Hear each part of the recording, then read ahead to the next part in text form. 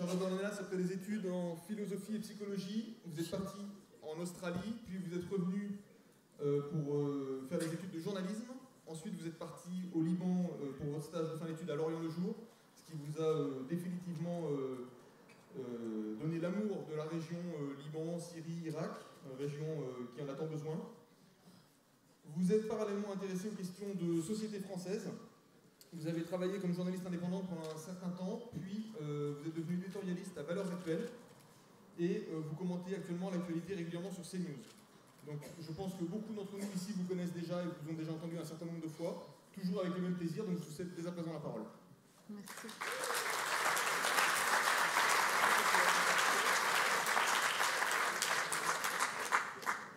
Alors bonjour à tous. Alors moi, on m'a demandé de parler d'Emmanuel Macron et des médias. C'est un très vaste sujet. De manière générale, Emmanuel Macron fait comme les autres, c'est-à-dire c'est plus la relation entre les hommes politiques et les médias. Sauf que Emmanuel Macron aime le jeu de la séduction peut-être plus que d'autres, ou il parvient mieux que d'autres, on va dire. Et donc il y a un peu une relation je t'aime moi non plus entre Emmanuel Macron et les médias depuis le début. Relation qui change en fonction des époques, des affaires qui touchent Emmanuel Macron et de la manière dont il parle aussi aux journalistes. Il a eu quelques phrases assez détestables à l'égard des journalistes et il s'est permis plusieurs fois d'expliquer aux journalistes quel était leur métier et c'était jamais une définition qui correspondait à mon avis à celle de notre métier, à savoir celle d'informer. Je vais essayer du coup de parler d'Emmanuel Macron et des médias sur cette question, enfin sur les questions qui occupent la manif pour tous, et en l'occurrence celle qui pourrait occuper Emmanuel Macron, à savoir d'étendre l'accès à la PMA aux couples de femmes. Il est très difficile de savoir ce qu'Emmanuel Macron en pense. Alors c'est peut-être moi qui suis idiote, qui ne parvient pas à déchiffrer la pensée complexe sur ce sujet-là comme sur d'autres, mais il joue un double jeu sur ce terrain-là. C'est-à-dire qu'il a commencé par dire, et on l'avait vu pendant la campagne, il en avait fait une promesse. Ensuite, il a expliqué que c'était une promesse qui serait soumise à l'avis du Conseil consultatif national d'éthique, lequel comité a changé d'avis en 5 ans, sur un point très précis et qui est assez, à mon avis, significatif. Enfin en un peu plus de 5 ans d'ailleurs. En 2005, le Conseil consultatif national d'éthique, et vous le savez aussi bien que moi, avait émis un avis défavorable sur cette question-là, en prenant comme argument principal l'intérêt de l'enfant, disant qu'il comprenait les questions d'égalité entre les adultes, mais que l'intérêt supérieur de l'enfant considérait que ça n'était pas possible, en tout cas pas souhaitable. En 2017, le Conseil consultatif national d'éthique, je m'entraîne parce que je n'ai jamais réussi à le dire, là je suis hyper fière, ça fait 3 fois.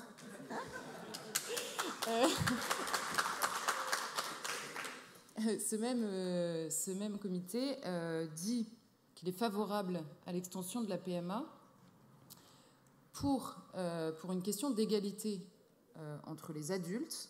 Et la seule réserve qu'il émet dans cet avis est la chose qu'il avait retenue quelques années plus tôt, à savoir l'intérêt de l'enfant. En disant qu'il y a toujours un risque, effectivement, d'inégalité d'abord, et même de manque chez ces enfants. Donc en fait, c'est quelque chose qui n'est pas... ce changement n'est pas justifié par des questions éthiques. Et alors là, je le dis d'autant plus librement que chez Valeurs Actuelles, nous avons fait une interview du président de ce comité, et que ce même président, quand on lui a demandé une définition de l'éthique, nous a répondu « C'est très compliqué, j'en ai pas à vous donner ». Voilà. Alors il nous a promis de nous envoyer un petit livre pour nous expliquer ce qu'était l'éthique. Je vous promets que c'est vrai. Hein. Et bon, alors j'ai toujours pas reçu le livre, donc je peux pas vous dire ce qu'est l'éthique pour ce monsieur. C'est quand même un petit peu gênant. Et voilà, et on lui a dit, mais il y a quand même, enfin, l'homme avec un grand H ou l'enfant avec un grand E n'a pas changé entre 2005 et 2017. Donc vous comprenez bien que c'est pas sur le terrain éthique que vous avez pris cette décision. Et il nous a dit, c'est-à-dire, on lui a dit, il y a quand même un bien et un mal objectif pour l'enfant ou l'adulte, et que vous êtes chargé, en tout cas, d'évoquer. Il nous a dit, si vous êtes capable de voir du bien et du mal dans la société, alors bravo à vous, moi j'en suis incapable. Bon, là, encore une fois, c'était un petit peu gênant comme déclaration, je trouve, venant de sa part. Et donc voilà, donc Emmanuel Macron a dit je remets la décision entre les mains du CCNE. Le CCNE a donc donné son avis. Emmanuel Macron n'a pas directement suivi cet avis pour une raison simple et qui a déjà été évoquée, c'est que la Manif pour tous fait peur désormais. Elle a beau avoir été minimisée pendant très longtemps, il est évident que le mouvement était massif. François Hollande lui-même l'a reconnu, un peu tard certes, mais il a reconnu l'ampleur du mouvement. Et que Emmanuel Macron, ayant été élu avec la promesse de ne plus diviser les Français comme une sorte de pensée magique, c'est-à-dire qu'à partir du moment où on ne veut plus diviser les Français, alors tout le monde est d'accord, ce qui est complètement absurde évidemment, mais ce qui lui permet en l'occurrence de ne pas aller sur le fond des choses et de n'avoir jamais donné son avis de fond. Mais il y a quand même une chose qui est assez intéressante, c'est quand il va d'abord au Bernardin. Alors vous allez me dire, il parle devant les évêques de France et la Manif pour tous n'est pas les évêques de France, certes, mais il a eu une phrase assez intéressante qu'il a adressée en l'occurrence à l'Église, mais qui à mon avis est un peu sa manière de penser pour tous les corps constitués qui ne sont pas politiques ou qui ne sont pas lui, plus exactement. Il a dit aux évêques de France l'Église est intéressante non pas quand elle affirme des choses, mais quand elle pose des questions. Alors d'accord, mais en fait on ne va pas réfléchir pendant des heures juste pour poser des questions. Parfois on est sûr de certaines choses et sûr du bien fondé de ce qu'on défend, ce qui n'empêche pas d'écouter ce que les autres ont à dire. Mais je crois en l'occurrence, et c'est pour ça que je me suis un peu attardée sur cet exemple du CCNE, c'est que sur certaines questions, il y a quand même des avis qui sont irréductibles. Alors aujourd'hui, les conseillers, enfin un conseiller en l'occurrence d'Emmanuel Macron nous a dit, mais vous savez, sur la PMA, il a commencé en disant, honnêtement, on ne va pas se mentir, évidemment qu'on va le faire.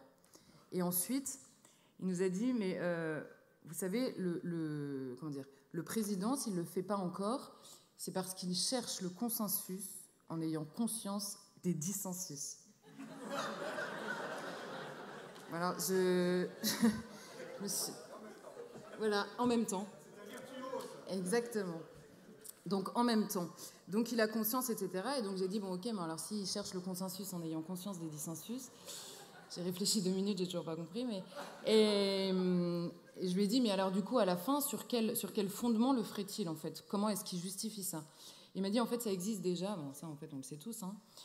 Ça existe déjà et du coup il faut trouver un encadrement juridique pour le faire, etc. C'est-à-dire qu'Emmanuel Macron s'inscrit exactement dans la lignée de ses prédécesseurs, ce qui n'a absolument rien d'étonnant, dans la lignée en fait de son époque et dans la lignée de ceux qui refusent de voir qu'il y a eu une transgression initiale qui est celle que le politique a assumée, c'est-à-dire de vouloir redéfinir l'homme. C'est pour ça que moi, si je peux me permettre de donner mon avis sur la question qui a été posée précédemment, je crois que oui, il y a un vrai miroir entre mai 68 et la Manif pour tous, en tout cas sur un point, c'est qu'il y a certaines choses, et c'est marrant qu'Emmanuel Macron d'ailleurs n'aille pas sur ce terrain-là, lui qui parle si souvent de transcendance, qui a un peu une rupture avec les précédents, c'est qu'il y a certaines choses qui ne nous appartiennent pas, en tout cas qui n'appartiennent pas aux politiques de définir. Et quand on voit par exemple qu'il y a une décision qui a été prise très récemment sur la GPA en disant qu'il y a une adoption plénière possible, enfin prononcée pour 2 hommes. Alors j'ai commenté un peu légèrement en disant en fait ça ne changera rien, 2 hommes ne peuvent toujours pas être l'origine naturelle d'un enfant. En précisant, j'aurais dit calmez-vous tout de suite, la Manif pour tous n'y est pour rien, adressez-vous plutôt à la nature en fait. Donc je dis au moins...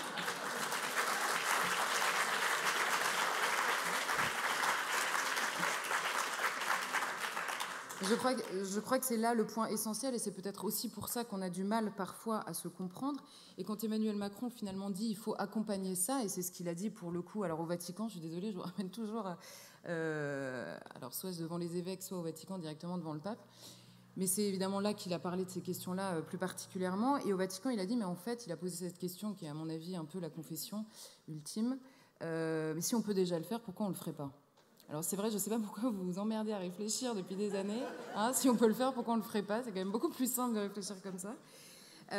Et c'est simplement, voilà, il n'y a pas de volonté de revenir. Emmanuel Macron l'a dit, il est progressiste, il nous le répète en permanence. Qu'est-ce que veut dire la confession de progressisme en politique aujourd'hui? Ça veut dire simplement l'émancipation. Ça veut dire aussi un peu le délaissement des corps intermédiaires pour dire il reste des individus et non plus des personnes, parce que les personnes, ça oblige un petit peu. Donc des individus qui sont là pour s'émanciper, Puis avant, c'était des individus qui étaient laissés seuls face à l'État, et puis l'État, c'est même peut-être un peu trop renfermé, du coup peut-être même des individus seuls face au monde, et du coup l'individu doit se redéfinir lui-même. En fait, rien n'a changé, hein.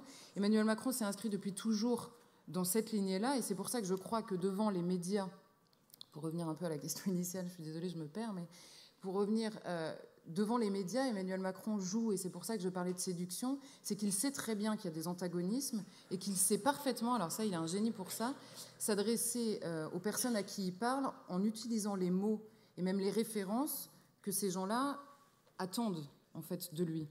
Mais ça ne change absolument rien sur le fond, c'est que simplement, s'il confesse le progressisme sur cette question de l'émancipation de l'individu, alors évidemment, il n'y aura pas de rupture avec Emmanuel Macron. Et plutôt que de le dire comme ça, notamment aux médias, eh bien, il tergiverse. Et pourquoi ça fonctionne ? Parce que les médias, c'est toujours un peu global, mais de manière générale, les journalistes ressemblent à tous les autres gens, enfin, on ressemble à tous les autres gens de notre époque. Nous sommes tous les enfants de notre époque, et que cette question-là a toujours été posée, enfin, ces questions-là ont toujours été posées en termes de limites.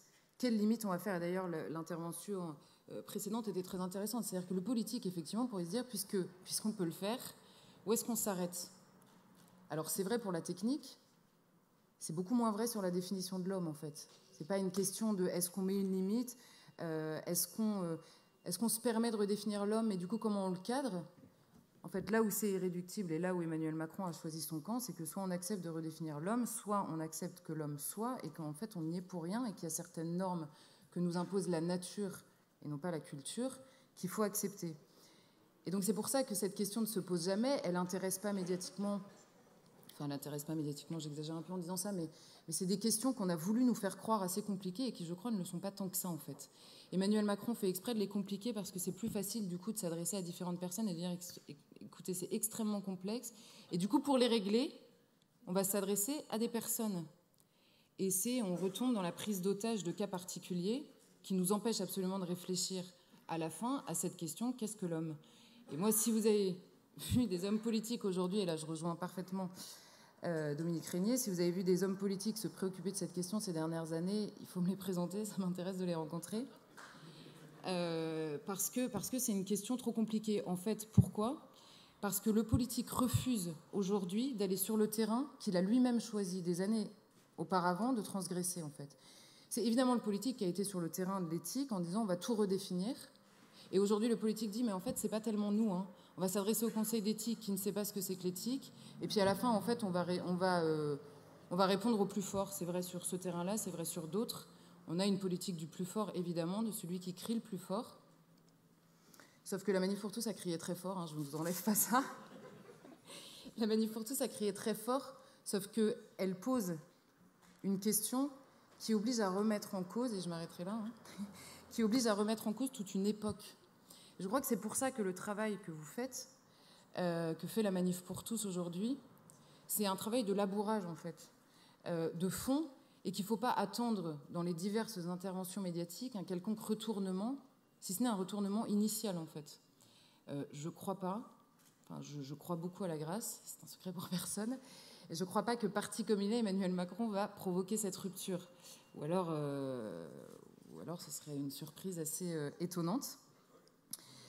Et donc voilà, donc je pense que, pour conclure sur cette question Emmanuel Macron et les médias, vu la manière dont il se sert des médias, je crois que c'est plutôt par les médias qu'il faut passer en voulant poser les questions. Je l'avais déjà dit l'année dernière ici, mais n'hésitez pas à écrire aux journalistes. Alors en général, on leur écrit pour leur dire qu'ils disent n'importe quoi, qu'ils sont très méchants, et voilà.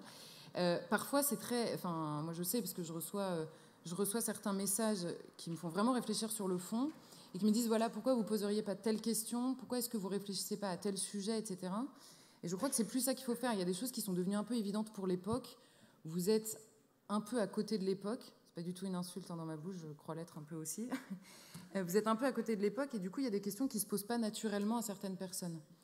Et plutôt que de vouloir chercher un peu un truc qui nous ferait plaisir dans la bouche d'Emmanuel Macron à travers les médias, je crois que c'est plutôt cette place-là dans les médias qu'il faut prendre, une autre voie.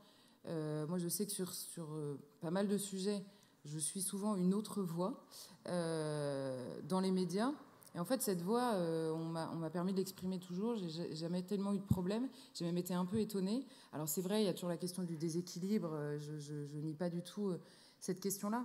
Mais je crois surtout qu'on pose, et vous posez en l'occurrence, des questions qui finalement recommencent à intéresser beaucoup de monde. Et d'ailleurs, la moyenne d'âge dans la rue des Manifs pour tous le prouve. Quand on nous dit vous êtes l'ancien monde, en général, les gens ont 50 ans de plus que moi quand ils me disent ça, donc ça me fait toujours un peu rire. Et donc, je crois qu'il faut être sûr des questions que vous posez, mais ne pas attendre, et ça encore, je crois l'avoir déjà dit l'année dernière ici, mais ne pas attendre que les choses changent en quelques années, et ne pas attendre même de résultats concrets sous un mandat ou un quinquennat. Vous êtes en train, je crois, de vouloir changer d'époque. Or là, on arrive au bout d'une époque qui a commencé il y a 200 ans philosophiquement, à savoir l'émancipation de l'individu, c'est les Lumières. Donc ils ont les fruits, et d'ailleurs Vincent Peillon nous l'avait dit, la révolution n'est pas terminée. Ils ont mis 200 ans, donc continuez, patiemment, et ne lâchez rien. Voilà.